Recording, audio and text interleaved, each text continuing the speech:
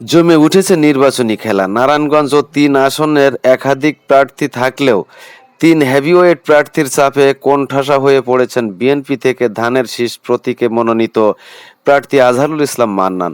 অধ্যাপক রেজাউল করিম স্যারও জীবনের শেষ নির্বাচনী খেলায় অংশ নিয়ে বিজয়ী হবার জন্য মরিয়া হয়ে মাঠে নেমেছেন। এদিকে আবার ধনকূপের মালিক গিয়াসউদ্দিন ও উল্কার মতো সোনারগাঁ সিদ্ধিরগঞ্জ ছুটে বেড়াচ্ছেন নির্বাচনে জিততেই হবে এনিওয়ে এনি কস্ট।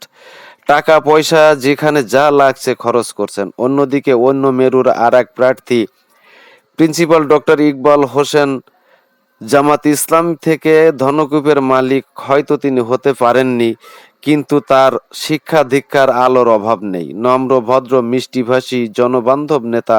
সোনারগাঁও সিদ্ধিরগঞ্জের ৮০% জনগণের আইকন ডক্টর ইকবাল হোসেনের আছে আকাশচম্বী জনপ্রিয়তা।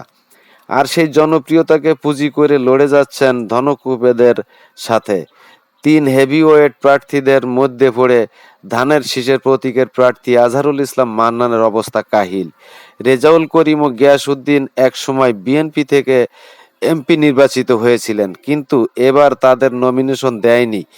তবুও দৃঢ় প্রতিজ্ঞ নির্বাচন করবেন। দল অবশেষে তাদেরকে দল থেকে বহিষ্কার করেছেন। দুজনকেই স্বতন্ত্র প্রার্থী হয়ে নির্বাচনে লড়ছেন। ভোট মাত্র নারায়ণগঞ্জ ৩ আসনে ৭ লাখ। বিএনপির ভোট ভাগ হবে ৩টা।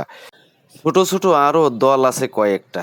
এই কোণঠাসা দুরবস্থা থেকে ধানের শীষ প্রতীক নিয়ে আজহারুল ইসলাম মান্নান কি সামনে আসতে পারবে, নাকি ধাক্কাধাক্কির ভিতর দিয়ে দাড়িপাল্লা আসবে সবার সামনে গলায় জয়ের মালা পরে?